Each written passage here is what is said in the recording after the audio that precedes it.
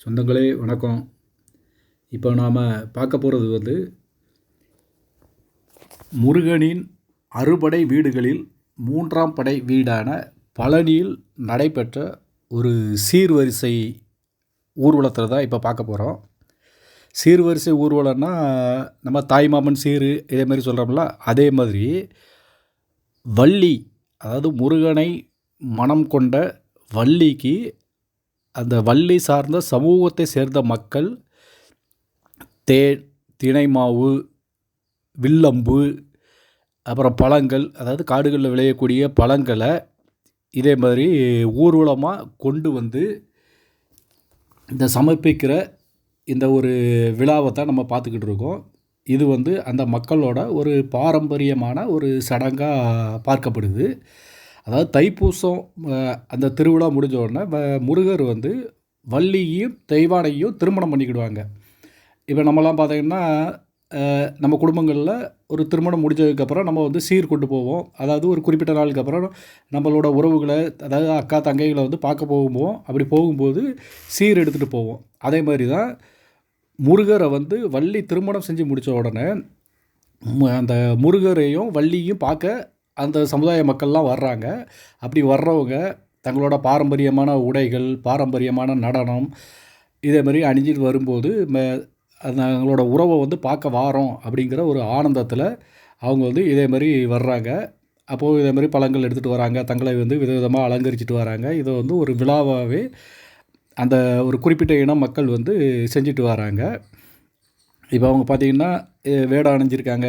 இதே மாதிரி அந்த பழங்களை மொத்தமாக வச்சு, அப்புறம் அதில் பார்த்திங்கன்னா தேனையும் தினைமாவும் அதில் முக்கியமான ஒரு பொருளாக வச்சுருப்பாங்க. இதை முக்கியமான அந்த பொருளை கொண்டு ஏன்னா அது காடுகளில் கிடைக்கக்கூடியது. அதை இதேமாதிரி கும்மி அடித்து, அப்புறம் மயில் ரக ஆட்டம், கோலாட்டம், கும்மி ஆட்டம், அப்புறம் கடவுள் வேடம் அணிஞ்சிட்டு வர்றது, அப்புறம் சிறப்பு கலைகள் செஞ்சுட்டு வர்றது, இதே மாதிரி இதை மாதிரி படைக்கிறாங்க. இந்த விழா அந்த ஒரு பகுதி மக்களால் இதை சிறப்பாக கொண்டாடப்படுது. இது தங்களுக்கும், அதாவது ஒரு மனிதர்களுக்கும் கடவுளுக்குமான ஒரு உறவு.